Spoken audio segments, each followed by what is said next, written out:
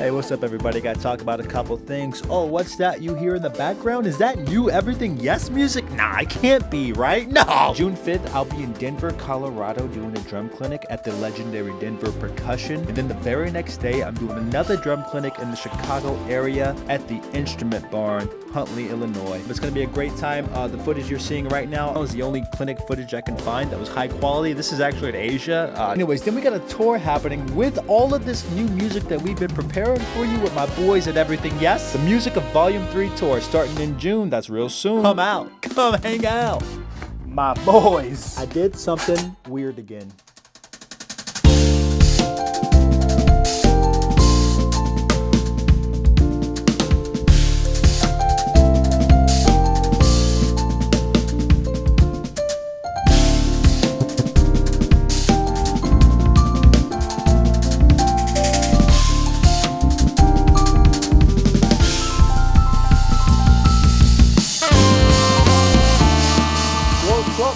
Yeah! So if you've been watching the channel for a while, you know this isn't my first hi-hat identity crisis. Some people are really into cars. Some people, they're really into shoes. Not me. Some people, fashion. But over here, we love drums and cymbals. I'm a nerd. Every time I think about drums, a very tiny, small part of me gets hard. Now, as you all know, you get a cymbal, right? The cymbal sounds cool on its own. But once you combine the cymbal with another cymbal, you get all types of weird combinations, and I love that. And when you put these two things together, you get this real nasty sound, and I love that.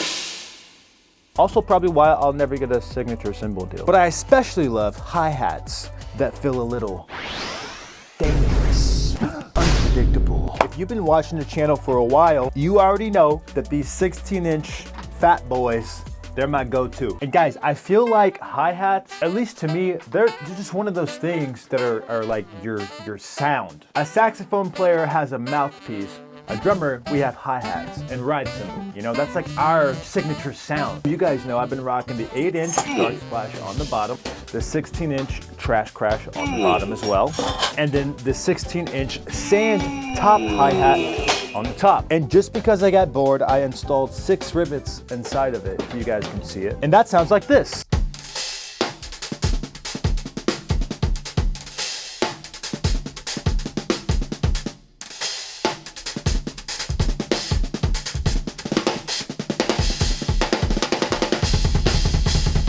For the longest time, these were my obsession. They have everything I love about a fat, chunky 16-inch feel, but they also have that crispiness that you wouldn't normally get out of 16-inch hi-hats simply because of the Trash Crash bottom. Now the 8-inch splash cymbal underneath all of this, it's used to kind of keep it all together, because once you get to stomping on this bad boy, it does do like a little flip-flop action. No.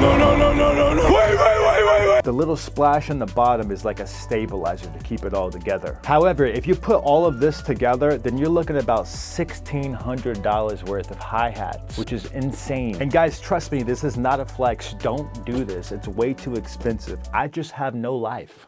Seriously, I'm looking for more friends. But recently I stumbled upon a new combination that is my new obsession, okay? And it's like half the price. All this talk about prices and money, I should let you guys know that I am not getting paid for this video. Yes, I am a minor artist, but I love their cymbals, okay? They don't even know I'm doing this video. But yes, my new obsession, it's not that they're better, it's just that they're different. This is the 14-inch Minor Jazz Thin Top. I'm gonna sound like a Minor ad right now, but I'm telling you guys, this is not an ad. These hi-hats right here, Minor 14-inch Jazz Thin hi-hats, they sound great on their own. Why you calling my phone? I love the way that these feel.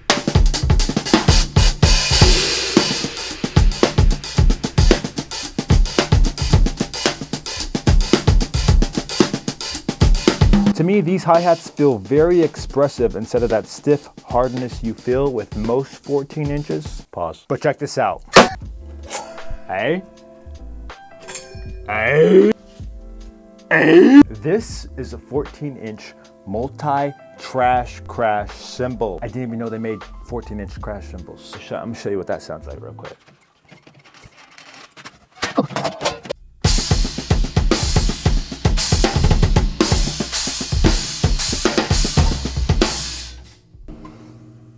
I'm not gonna lie, that was my first time I'd hit this thing as a normal crash cymbal. It actually sounds pretty good. I didn't even know 14-inch crash cymbals were a thing, but that's not the point. Put this on the bottom. Now these, let me tell you something about these. These are way tighter, right?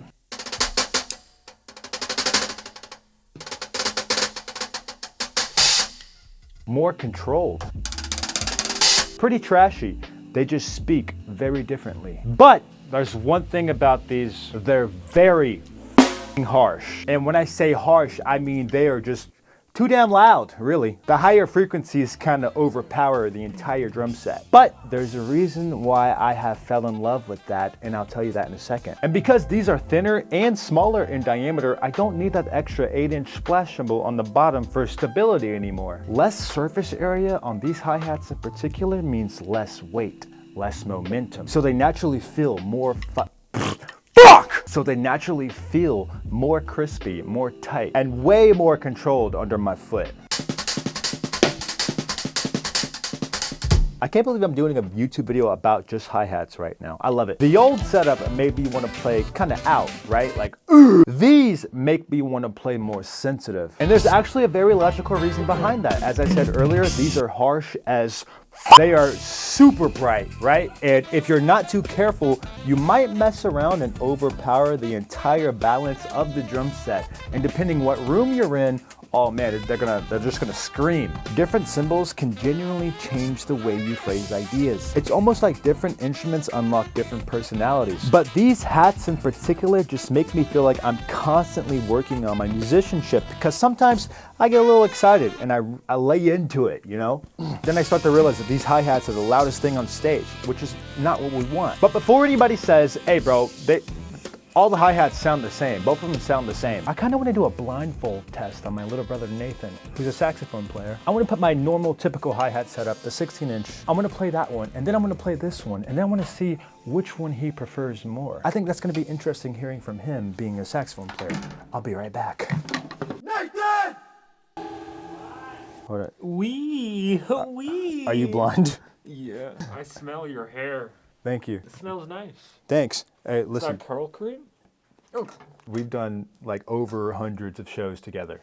By now, you kind of have a good idea of what I sound like, okay? Yes. Now, you know I like to mess around with all types of cymbals and drums and stuff. I got 2 sets of hi-hats. One's a weird one, and another one is my normal pair. I brought one of these on the last tour, okay? But I just want to hear which one you genuinely prefer. Yeah, but the first thing you gotta do is a smell test. Smell? Yeah, so different metal is like different smells, okay? So I'll take this off. I've got a pretty long nose and my smell is pretty crazy. Oh, is that your ass? No, that was my nuts. Actually? There's no smell test. All right, sorry, that's really bad. That's really bad. Here's hi-hat set number 1.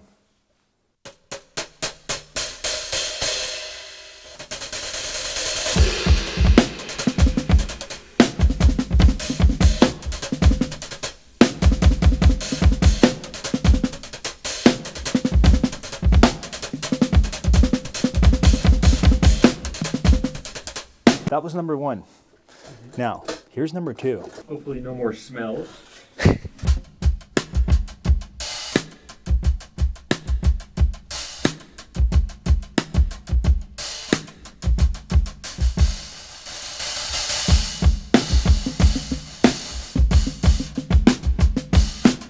Did you notice a difference at all? I did notice a difference. Oh, okay. What were some of these differences? Well, the first one sounded a bit darker. It had less trebles in there, and that's a term I use in the saxophone world. The second one had more, what do you call it, sizzle? Maybe some brightness. Brightness. More trebles. Which one do you prefer?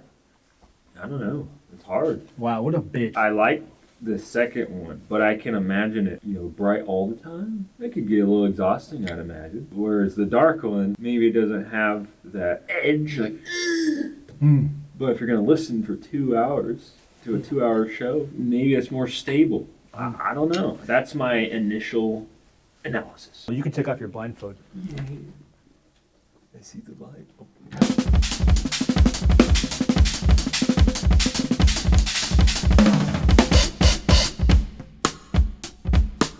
Skibbity, jazz, skibbity, Skibbity 6, 7. Wah, wah. 6, Oh 7. my God. Give it to me. Give it. Get out. Listen, all I'm saying is this. This is what I like, right? And I wanted to share to you guys because I know I got a couple drum nerds on my YouTube page. I love y'all, I see y'all. The stock version of these, they sound incredible, right? Don't get it twisted, they sound great. But for me, once I added that thin crash under it, suddenly there becomes a tension underneath every note, right?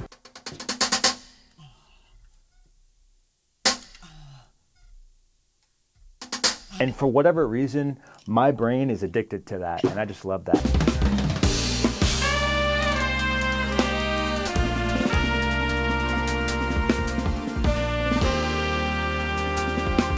Yeah, I think that's pretty much all I wanted to show you guys. Thanks for watching the video. Probably wasn't the most informative thing out there, but hey, if you like and subscribe, next time, we'll do the 22-inch hi-hats. If you happen to like anything I was playing and you want to check out more, like you want to take a peek inside my small, tiny brain on how I approach drumming, all 3 of my ebooks are currently $10 off, which is insane. I do this every summer, man. All the college kids and high school kids getting out of school and they need something to practice this summer. Go ahead, man. Or not, you really don't got to do all that. If you want to support, just give the video a like, maybe subscribe. You know what I'm saying? Maybe. Also, next month, I'm going on tour with my band. We're playing the entirety of this brand new album we've been working on. A little fun fact, I actually haven't uploaded on YouTube in like 2 months to focus on this album, but now I'm back on your timeline, ready to annoy you. But yeah, I'll see you on the next one.